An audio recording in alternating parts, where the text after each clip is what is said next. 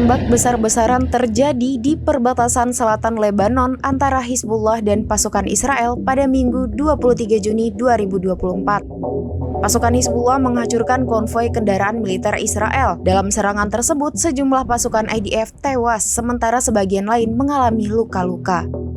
Saat pasukan Israel berusaha mengevakuasi rekan-rekannya, pasukan Hizbullah juga kembali melancarkan serangan ke lokasi tersebut.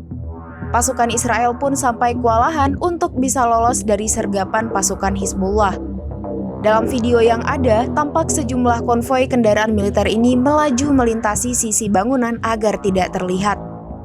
Naas, bangunan tinggi tersebut rupanya sudah dipenuhi pasukan Hizbullah. Hal ini membuat pasukan Israel tidak bisa bergerak dan melawan. Belakangan, ketegangan terus meninggi di sepanjang perbatasan selatan Lebanon, tempat gerakan perlawanan Hizbullah terlibat bentrokan sengit dengan pasukan Israel. Hizbullah hampir setiap hari melakukan serangan roket terhadap posisi Israel sebagai pembalasan atas agresi rezim terhadap Lebanon dan sebagai solidaritas terhadap Palestina.